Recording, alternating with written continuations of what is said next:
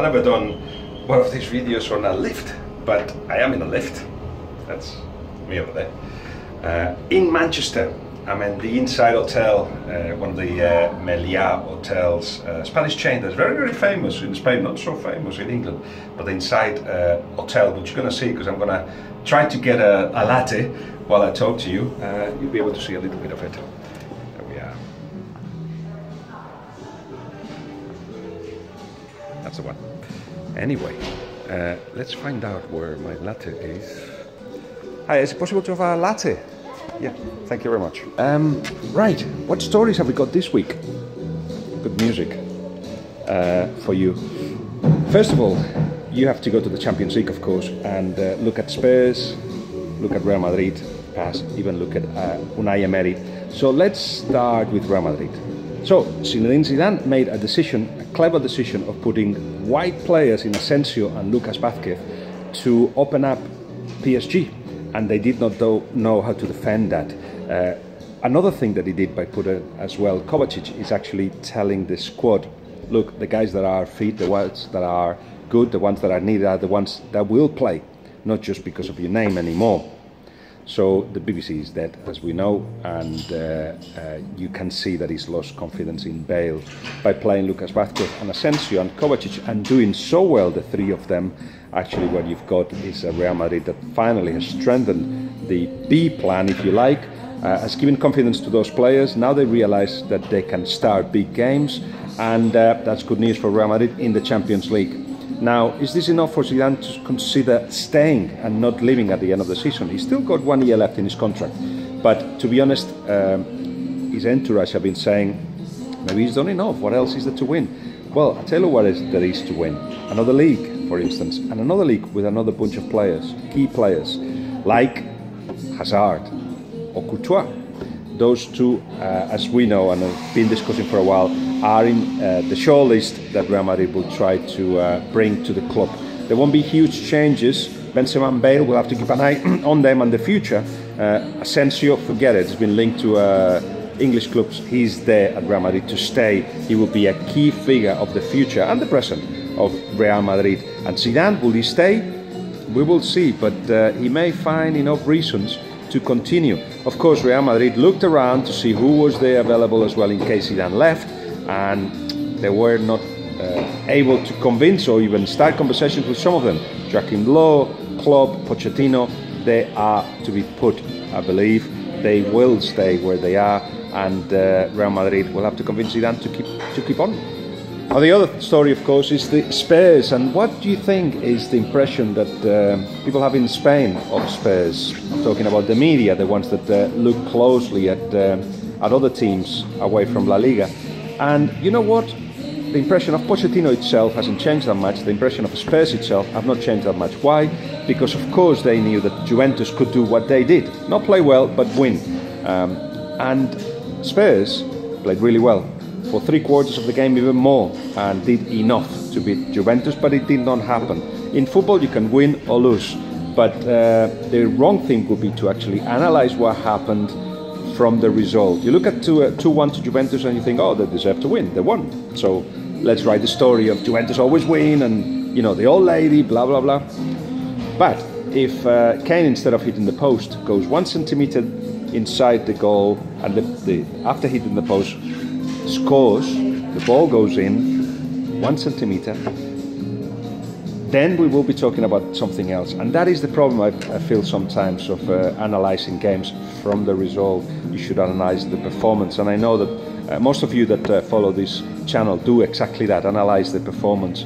But what's clear is that Juventus, like Real Madrid, like Bayern Munich, like Barcelona, they've got a narrative going, they've got a story, they've got a past, a clear past, and from it, a lot of people come out with conclusions. So Juventus always win when it's not deserved, but they always lost many times when they deserved to win. That's been forgotten in favour of that other narrative. Fair enough.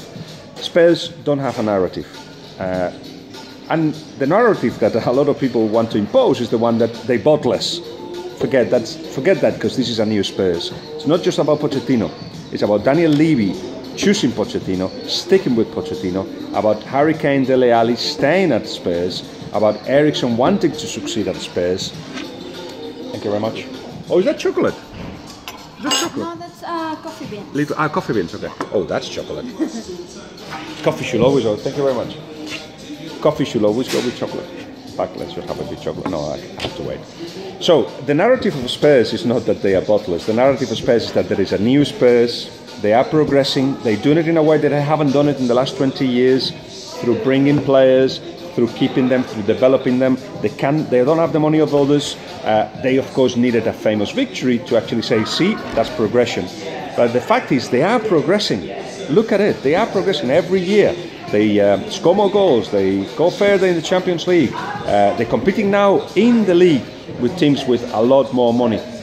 So there is progression. Slow progression in the eyes of many, and they want titles to actually say this is good progression. Progression is progression. They are going step by step towards a better Spurs, a more competitive Spurs. And as two managers actually messaged me after the Spurs defeat, saying, tell Pochettino that this defeat will make them learn. I know that that's what he wants to hear. And then I got a message from the coaching staff next morning, Spurs coaching staff, saying, we're standing up and we keep going. And that's exactly what they have to do. It's their prerogative and it's their dream to keep pushing with this team, and defeats, you can learn from it. But most of the people will actually look at the result and take their conclusions. I don't think that's how you should look at football, but football is also built that way. We can have a look as well at Barcelona, because of course they're going to meet Chelsea soon, and Iniesta, it looks like with a little bit of a miracle, because nobody expected him to be against Chelsea. He may be able to do so, and he's important. He's important with the new brand of football, or the new style. No, it's not even neither of those words. It's what Valverde is doing with the team, the new things that he's doing with the team compared to a more box-to-box Barcelona of Luis Enrique. It's more about attacking together, and it's more about defending together and pressuring high. Iniesta is good at that. If the game becomes box-to-box, basically Iniesta gets a little bit lost. So with Rakitic, with Busquets, Rakitic is dropping deeper next to Busquets. With an Iniesta that links with Messi. Messi drops deep as well, with Luis Suarez being there and doing his thing and still scoring after a difficult spell at the beginning of the season. Let's see who the next player is to play with them against Chelsea. And obviously it won't be Coutinho, but it won't be Dembélé either. He's not ready, he's not prepared. He was considered for the Atletico Madrid game, decided against it. He is still trying to find out where he is, trying to focus. He's got to improve, not so much focus, he's got to improve on his lifestyle. There is more that he's got to show Barcelona that he can do on the pitch, but off the pitch he's got to improve his nutrition, have a more orderly life. This is not about going out or anything like that, but it's more about eating the right thing at the right time, realizing that the body of an athlete has to be looked after properly. He's still not doing that 100%, so he's got to improve on that, and little by little he'll have to learn the language, and when he's done that as well, you'll get a better Dembélé. Not for this season. Same as Coutinho struggling with the football of Barcelona. It was a direct football that he practiced at Liverpool more than the possession football of Barcelona. The positional game he's got to learn from. He's better on the left-hand side, better as a forward, not as a midfielder, so he's still got to improve, and I'm sure that he will do so. But we may not see a great Coutinho this season though. And the last thing we're going to be talking about today is Neymar. You're going to hear a lot of things in the next few months, even next season as well, about Neymar wanting to be out. And that will come in different shapes. Like today, it comes in the shape of AS. AS says that 400 million euros is what PSG is asking for Neymar. No figure has been mentioned, he's got no buyout clause, but that figure comes from Neymar's camp. Also, the story in Mundo Deportivo in the Cova is that he has told Barcelona he wants to go back. Not only Barcelona will not go for him, I very much doubt that he actually has gone officially to Barcelona and says, I want to go back. But I do trust the story because the journalists that wrote it are very well connected. And it seems to me again that comes from Neymar's camp. There's a pressure from that camp to get Neymar out of PSG. PSG don't want to get rid of him this season, this summer. Right now what they want to do is to keep him for a long time, but at least to keep him for next season. 2000% that he's not leaving is what the chairman of PSG said, so you'll have to believe him. but quite clearly Neymar is ready for the next thing. Why does he want to go from PSG? It's partly the lack of competitiveness of the league and of PSG. They showed it against Real Madrid, but it's more. I believe that he thinks at PSG he won't be able to reach his individual targets as well as collective targets, but if he's honest to himself, he realized that he's too relaxed, too comfortable at PSG. There's nobody challenging for his place. There's nobody challenging him in the club. In fact, they are talking to him about the next players to sign, even players to get rid of, who is going to be the next manager. All those things are talked to Neymar. All the big stars have got those kind of conversations, but it seems like he's giving authority before he's earned it on the pitch. Not so much in the league, where he's doing well, but he has not impressed enough to actually say he is the leader.